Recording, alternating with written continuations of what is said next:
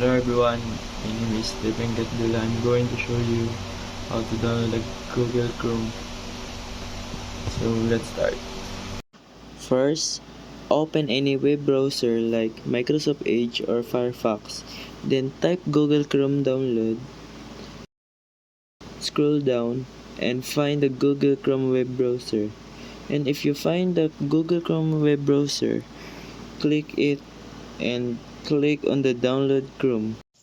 And you can see the download logo and click the run and wait for installing.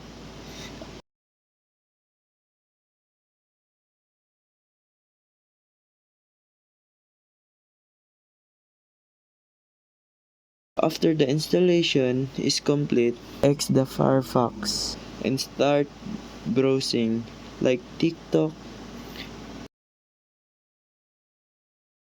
Bilibili, Loklok,